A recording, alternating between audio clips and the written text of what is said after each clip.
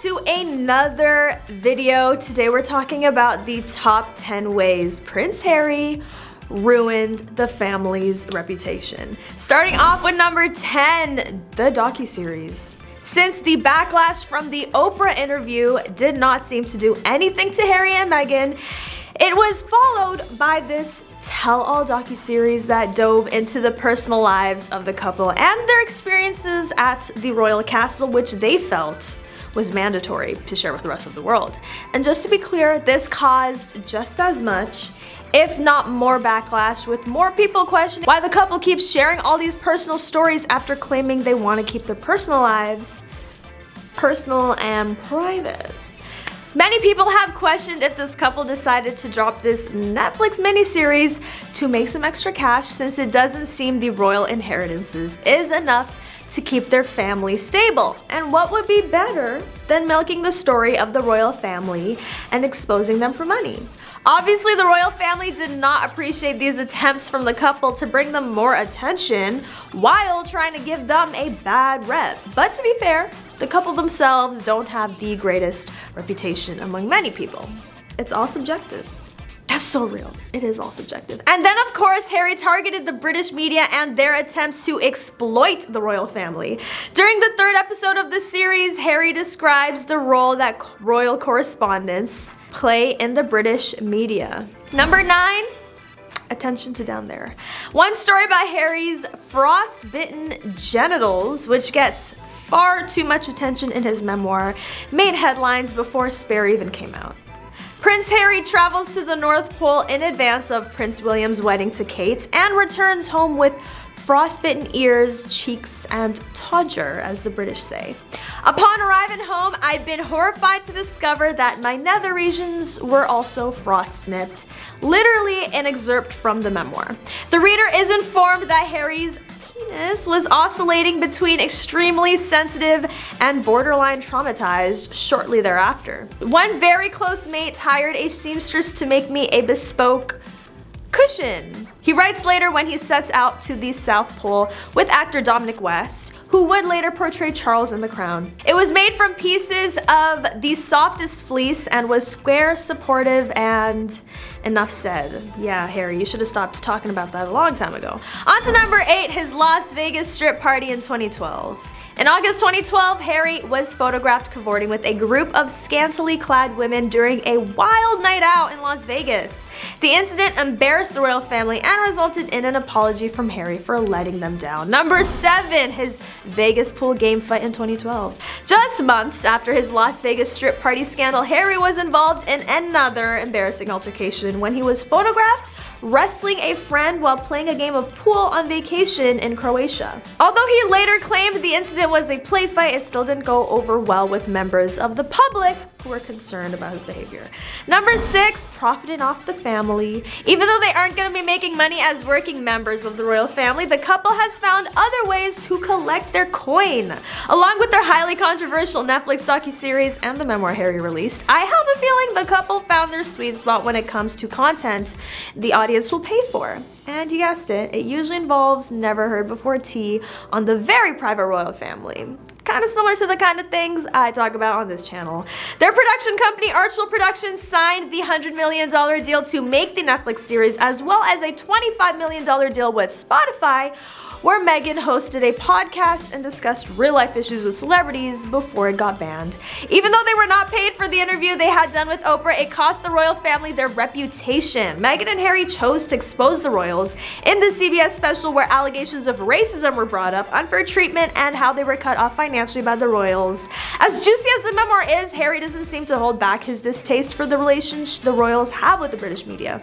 Harry even insinuated that the relationship the royals have with the press has dictated a lot of kinds of attention and headlines they've had, calling them an extended arm of PR for over 30 years. We already know how much Harry dislikes the paparazzi, so I guess there's no surprise that he decided to go in on the media and their invasive tactics. But to be fair, I can't blame him for being annoyed with them. I can imagine how tiring it is to have to be careful of how you live to avoid making headlines as often as they already do. Number 5, twisting the truth. The couple claims to have given up a lot to start a whole new life, but did they? So far, most things they have been doing involve the fact that they haven't given up or moved on from their past life. For one, the title of Harry and Meghan's foundation caused some royal drama because they were told they were no longer allowed to use royal Sussexes. They eventually came to an agreement in 2020 that the title will be revised. Other ways it just doesn't seem that the couple has let go completely is by the fact that they are profiting off the grief they experienced from the royals and sharing it with people in different forms, like the series, interviews, the memoir. The controversial memoir that was released made quite a few people question Harry's intention, and I can't even begin to explain how much it was embarrassing to the royal family. I mean, I would be too. Talking about your nether regions for how many chapters, Harry? Please. Highly sensitive info about family members is also included, which obviously had not been discussed with the family members before, such as William being circumcised or Camilla being a villain. I don't know. The memoir just seems like a stab in the back of his family, and it most definitely isn't a good look for Harry or Meghan, who have come out more than once saying the family never supported them. Number 4, cutting family ties. That time when they announced their departure, Meghan and Harry surprised the world, shook the world to its core. The bomb that Harry and Meghan dropped reportedly caught everyone, including the Queen, off guard. As senior members of the royal family, they still intended to maintain their full support for the monarchy while working toward financial independence.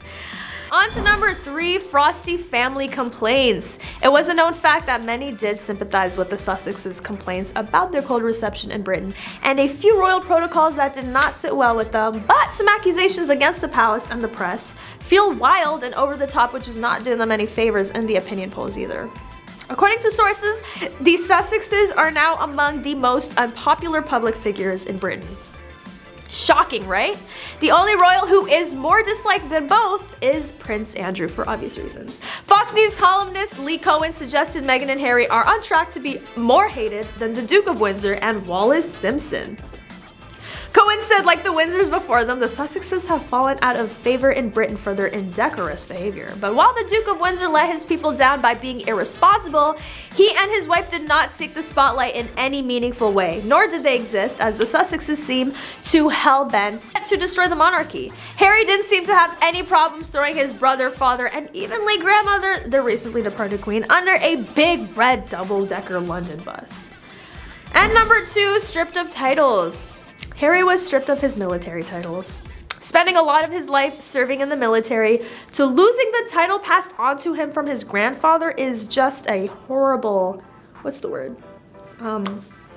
Just sucks. Another role he will no longer serve is as Commodore-in-Chief for small ships and diving in the Royal Navy.